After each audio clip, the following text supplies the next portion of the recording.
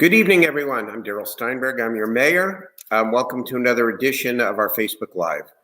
I want to say to everyone, I hope you're doing well. I hope that you had a good and safe week and that you're bearing up okay. Under the circumstances, I want to talk about a number of things tonight. I'll try to move through it real quickly. Where we are going, and what exactly we are doing. First, where we are, and a look at some of the numbers. Sacramento continues to trend in the right way. Although anyone who's sick with COVID or obviously who's died, that is terrible and it's a tragedy. But the overall numbers are moving in the right direction. On May the 1st, we had 1,145 cases and 46 deaths. Now it's May 15th, 2 weeks later. Our cases have gone up, but in a very small way, 1,211 cases and 8 more deaths for a total of 54. Over half of the people who have died have lived in congregate living facilities, either senior living facilities or drug and alcohol rehabilitation. And so one death is obviously too many, but it's clear that the curve continues to be flat, which is a good sign. On May the 1st, there were 35 people hospitalized and 14 people in the intensive care unit. Now, we've got 15 people hospitalized and only 5 in the ICU. Let's hope that all those people get better. But again, the trend in terms of hospitalization is not just flat or slightly upwards, it's actually going down. So trends overall are positive, and yet as we talked about last week and some this week, despite the trends, under the current state order, Sacramento County cannot open up beyond curbside retail, some childcare, and some manufacturing, because under the current criteria, the county has to show that it's had no deaths over the last 14 days.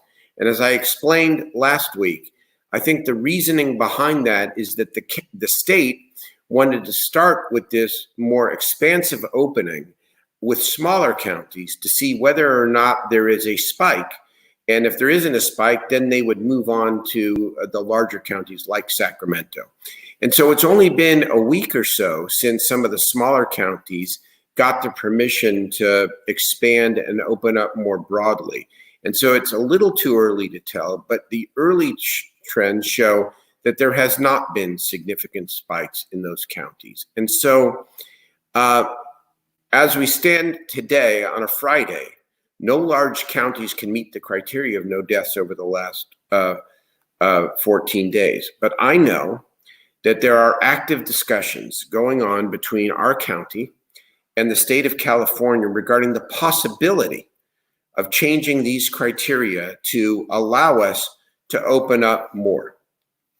I am prepared to support a reasonable and careful expansion of what we can do, even if we can't meet the existing stricter criteria. I am confident that we can manage and commit to the right safety protocols and open up again in a broader way, but in a cautious way, and do so safely. I approach these steps as I've indicated over the weeks with both great enthusiasm, but continued caution. Enthusiasm for all of the right reasons. People are desperate to get back to work. Small businesses, many are living on the edge. And the economic toll, which also has a public health impact, is growing. And we can't ignore that. Said before, I won't digress too much. If it's a choice between inconvenience and maintaining the strictest of public safety orders, I would be for maintaining the strictest of public safety orders.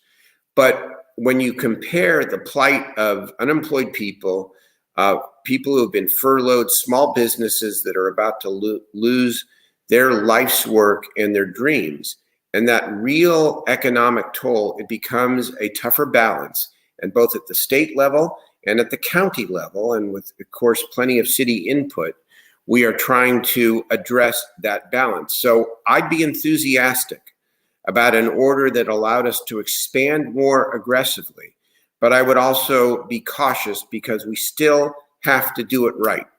And let me say that I would condition my support for expanding to restaurants, for example, to opening up office buildings in the right way, only if that expansion is accompanied by the strictest of safety protocols, including mandatory masks in appropriate, large or relatively large public settings.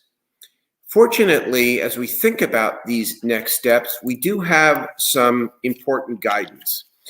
I was talking to Robbie Hunter, the head of the state building trades, earlier today, and we remembered back 6 or 8 weeks ago when there was a lot of discussion and controversy about whether or not construction should continue in the midst or of the beginning of the pandemic.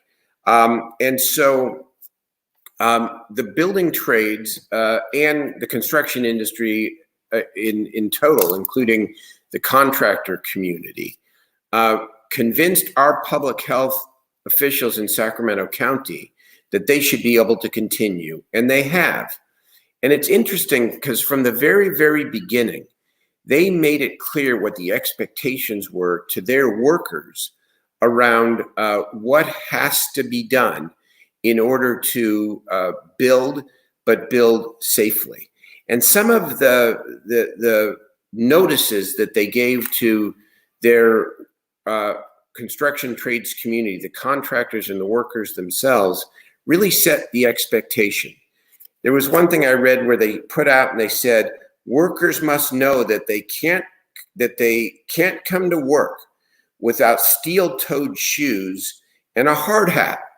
Well, that pre-existed and predated COVID-19 because that's the safety standard for going to work on a construction site. And so they took that and said, we have even higher expectations for keeping you working during the COVID-19 crisis. We must have hand washing stations across the work sites. We must ensure that every several hours that we are engaging in deep cleaning, including handrails, doorknobs, and equipment handles.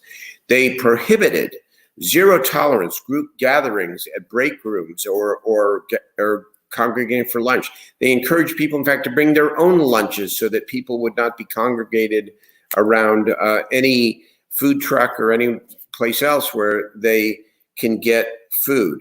And they said very clearly, if you can't follow the guidelines, then stop the project. They were even more stark in their warning. They said our entire industry is at risk of shutdown if we cannot operate safely together. Now, what are the early results as reported by my friend Robbie Hunter? Out of about 400,000 construction workers, I want to make sure that I get this right because I just got the note. 400,000 workers, 3,000 job sites, 17 workers tested positive. Better ratio than the overall general public. So it shows me, and I think it shows all of us, that if we are strict about the protocols, and of course their protocols include masks as well, I should add. If we are strict about the protocols, if we adhere to them, if we have zero tolerance for violations in terms of being able to continue operating, then I think when it comes to restaurants, when it comes to some office buildings, that we can do it in a way that allows people to get back to work, allow businesses to be open, but at the same time, not see a spike in the number of cases. And so I want to commend my colleague, Councilmember Steve Hansen, because he came up with really a fantastic idea this week about how we might begin to open up restaurants again. Now, this may not be the exclusive way we do it, but think about it. It's springtime. It's about to be summer. The beautiful Delta breeze and Sacramento evenings that we all love. He suggested that we begin something called Farm to Fork al Fresco, and that we begin not just in the central city, but throughout our entire city, including our diverse commercial corridors, outdoor dining that we include some street closures where there isn't a lot of traffic, and that we allow restaurants essentially to spread out in their own outdoor spaces, in the public right of way, even on the streets, and to be able to both provide a beautiful dining experience during the nice weather in Sacramento, but as importantly, to be able to spread out their customers so that they can maybe get back to the similar volume that they had before the coronavirus, but do so in a way, because you're spreading people out, that is safe. And so look forward to this once the state and county orders are changed, to launching Farm to Fork al Fresco and seeing Sacramento again lead the way when it comes to maybe a new way of dining, at least for Sacramento. Maybe we're bringing a little Paris to the capital city of California. I know that when we do this, that it'll be done in the right way, and it'll be done in a way that'll bring a lot of happiness and joy to a lot of people and allow us to open the restaurants even faster. So on the safety issue, I want to tell you that today I actually got tested, and I just decided to do so I could relate the experience to you, and it was no big deal. It was 5 seconds and a little swab up my nose. It tickled a little bit. I'll get my results in 3 to 5 days, and hopefully I will test negative. The more important part of that is that I did so at the St. Paul's Baptist Missionary Church here, the famous church on 14th Avenue in Oak Park. And they opened today a community testing site where they will be able to test over 100 people a day. And that's not the end of it. Next week, the county is going to open up 2 more sites, the Robertson Community Center in North Sacramento and the La Familia Family Resource Center on Maple Avenue in South Sacramento. So we're going to have 3 community sites, hundreds of additional testing opportunities. You do not have to be symptomatic to get a test, just like I'm not symptomatic. You can just go in and get a test and be assured. And this is part of our overall strategy to increase our testing. It will never be enough, but it will be enough to meet the governor's criteria and allow us, together with the contact tracing program that the county, working with the community-based organizations with some input from your city, is rapidly standing up. It will allow us to get a much better idea of whether or not there are more people who are positive who didn't show up, obviously, in the numbers because we had lesser testing. I want to shift for a moment to talk about an incredible effort by the city, I'm very proud of, and my staff in particularly, who've worked endless numbers of hours, to Julia, to Zach, to Kelly, to the entire team. This is the Great Plates for Delivery program. We talked about this before. Remember, Sacramento started this thing where our entrepreneurial restaurateurs opened up, made food, and found a way with paratransit, our public transit agency for people with special needs, to deliver food to seniors living in our public housing complexes. It was such a success, and of course, other communities had done some version of it well. That Governor Newsom said, let's do this statewide. And so now we've got a huge program that is reimbursed by FEMA 75%, the state 19%. We're going to put up 6% of the money. And in just a couple of days, we have served more than 2,000 meals each day to 750 seniors, 30 restaurants.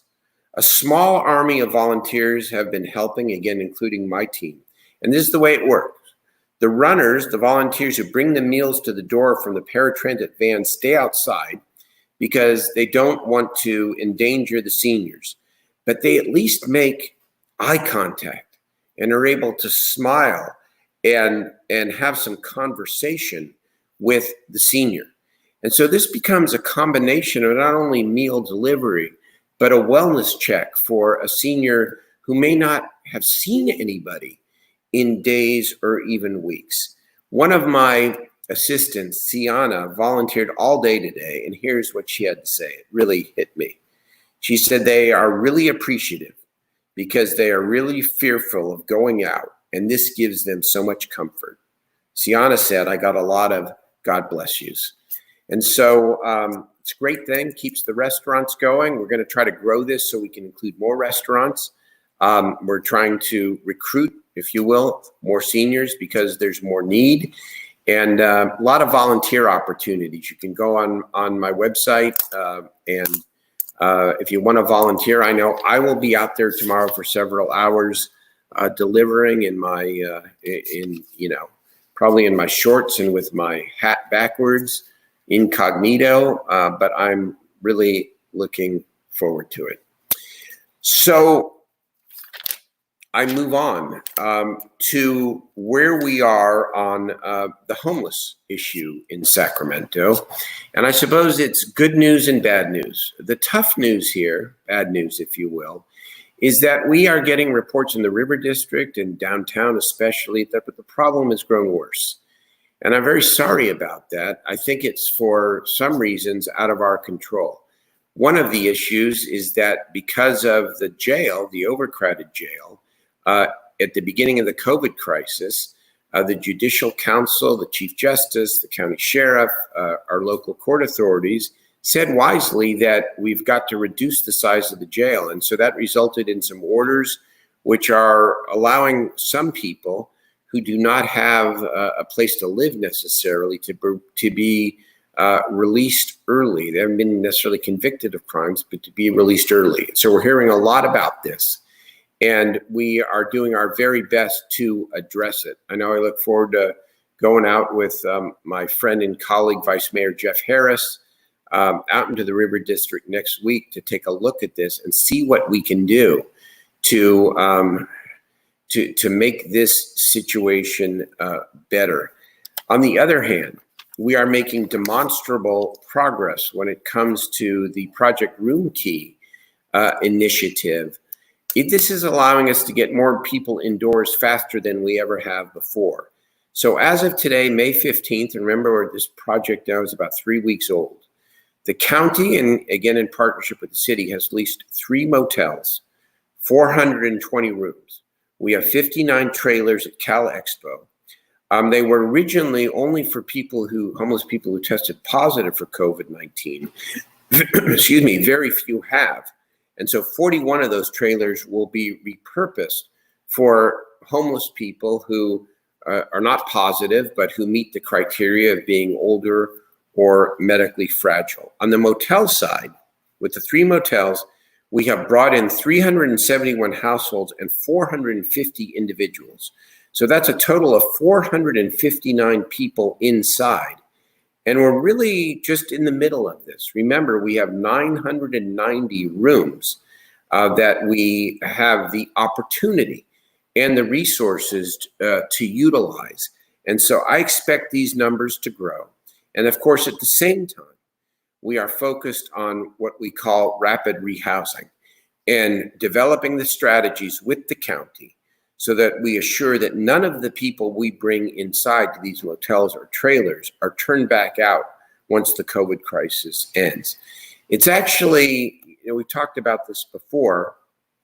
I, as chair of Governor Newsom's, co-chair of Governor Newsom's statewide task force on homelessness, called for a legally enforceable obligation for all levels of government to bring people indoors. I think it ought to be the public policy of this state that nobody's outdoors.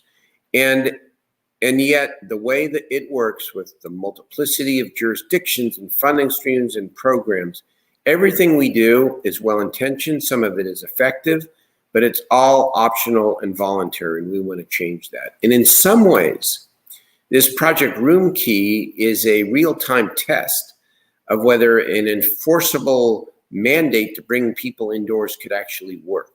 And even though we won't bring all the homeless people off the streets, and remember, more people now are entering homelessness or at risk of entering homelessness, that's a whole another worry and subject that we are dealing with actively, that we can show that we can get hundreds and thousands of people off the streets and then help them stay off the streets permanently. 459 people.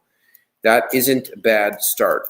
In addition, we've done massive testing in our existing congregate shelters, and no one has tested positive. I call that a lucky break, and we're very grateful for that. I want to talk a little bit about the federal stimulus, the $89+ million that the city of Sacramento now has in its accounts. This past Tuesday, we had a very robust workshop that involved not only my colleagues, of course, on the city council, but significant public input from community leadership throughout the city. And I put out a letter a week ago in which I suggested, the money ought to be focused on 4 key areas. We call 4 pots. I said, what about $20 million for small business assistance, including emergency assistance for those who need it now? Or what about $20 million for workforce development and workforce training for the people who are going to have to think about other career pathways, and for younger people, high school students, community college students, graduates who plan to go into one industry that, like hospitality, that may be down for a little while, and maybe they ought to now be thinking about digital. $20 million for housing and homelessness, because that was a crisis before this occurred, and as we talked about a moment ago, even more so. And $20 million for tourism, for the creative economy and the arts, which is such a foundation for our growing Sacramento, and also touches on inclusion, which is so important because there are so many younger, mostly, but not just chronologically younger people in the neighborhoods who are brilliant in their art form. And this is a source of so much employment, including the digital arts, that we want to make sure that we lift that, as well as the tourism, with hotels not full, and our dreams to be able to activate the waterfront and making Sacramento a destination city. So we got a lot of input, and it was both affirming of the overall approach, but we got a lot of other important ideas. And I hope within the next couple of weeks, we will bring forward through the city council a series of what I would call early wins, where we can really show that while it may take several months to determine which projects and which programs are best to both respond to the emergency, but also allow for us to sustain the recovery beyond just the emergency aid.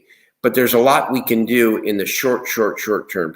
Small business needs assistance now. Heard a lot about mental health, which was music to my ears, especially youth mental health.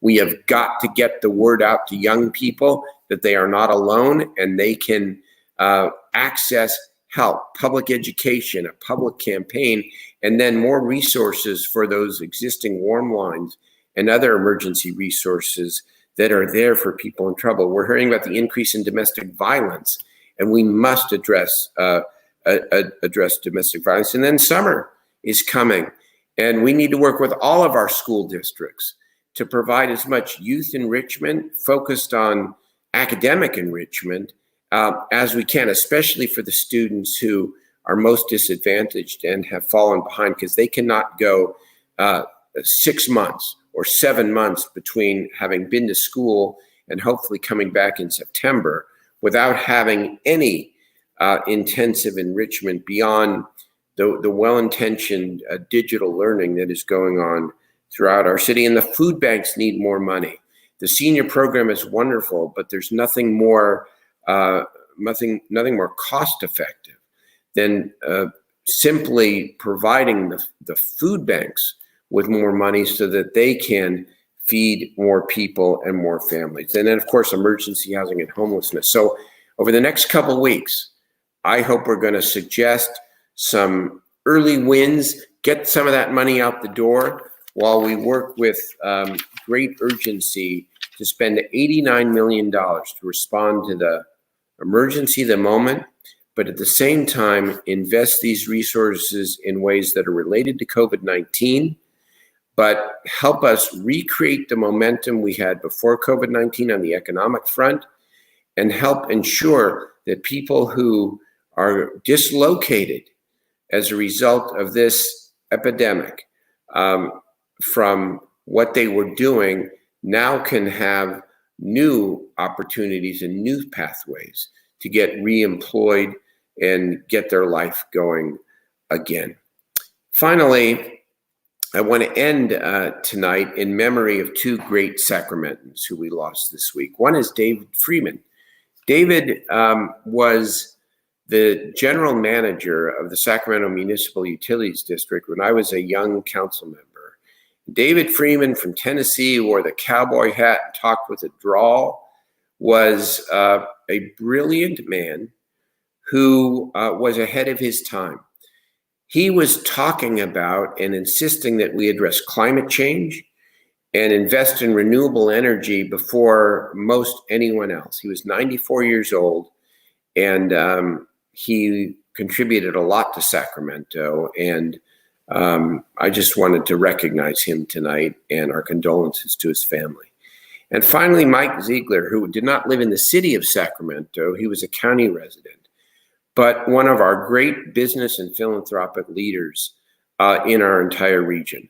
Mike founded and was the leader of Pride Industries for many, many decades. And he was a guy who insisted that the flip side of disability, for Pride Industries serve those with developmental disabilities, that the flip side of disability is ability. And he provided more jobs, more opportunity to people with special needs and with a lot of ability than anyone else in the greater Sacramento region and beyond. And he passed away this week, and we will miss him. Condolences to Mike's family as well. I wish everyone a great weekend, a safe weekend. I don't want to be, as your mayor, someone who is always pointing a finger and scolding. I just want us to be always aware of the fact that the more we do to keep each other safe by wearing masks, by maintaining our distance, that the more we do that, the easier it will be to reopen. The easier it will be for people who are really hurting to get back to work. And the more we can be confident and assured that once we do reopen, we won't have to go back and shut down and create even more hardship for people. And so Sacramento's doing a great job. Proud of my community. Always am proud of my community. Let's help each other, stay together, and I look forward to talking to you on Monday. Thank you very much.